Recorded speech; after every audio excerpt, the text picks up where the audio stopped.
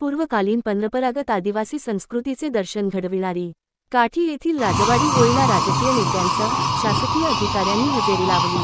कार्यक्रमाला नाशिक विभागाचे आयुक्त डॉक्टर प्रकाश गेराम, नंदुरबारच्या जिल्हाधिकारी डॉक्टर मिताली शेट्टी उपस्थित होते। आदिवासी बांधवांची होळी हा फक्त उत्सव नसून एकतेचे प्रतीक आहे।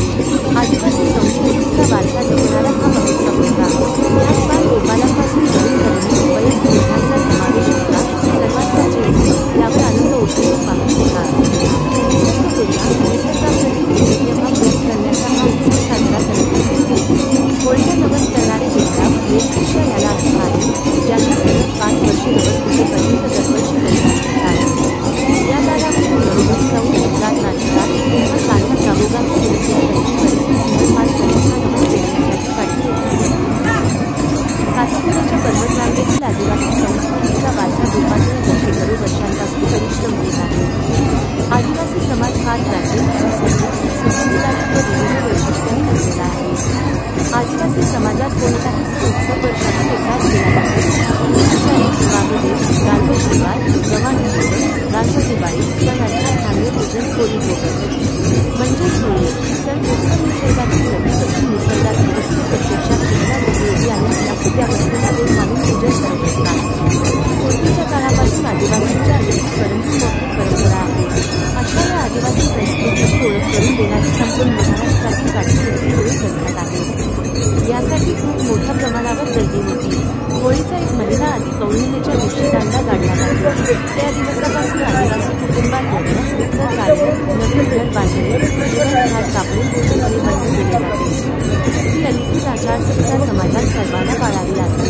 सातपुडा परिसरात होळी अगोदर या मोठी मातीचे पूजन होते। आरोग्य संवर्धन, पशुधनाचे रक्षण, कुटुंब संरक्षण यासाठी नवस केले जाते।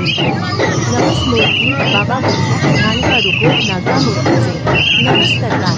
प्रत्येकाची वेशभूषा वेगळी होती। वेशभूषा करताना भगतांनी सल्ला दिल्याप्रमाणे मोठ कमरेला घुंगरू, डोक्यावर मोठीस बाबा बुद्धा असतो, त्याच्या कमरेला फळाची माळ, डोक्यावर तो कंगावर ओढून फळाची माळ, पायात लहान घुंगरू बांधले, हातात लाकडी तलवार होती। महिलाप्रमाणे वेशभूषा केलेल्या व हातात चोप घेतलेल्या व्यक्तीस नानकाडुको ही होते।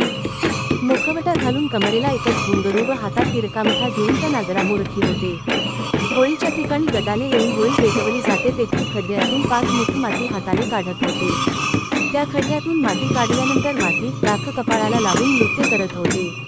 उत्कंठा वाढविणारा क्षण म्हणजे होळी पेटविणे। यासाठी गाव पुजाराने पहाटे होळी पेटवली।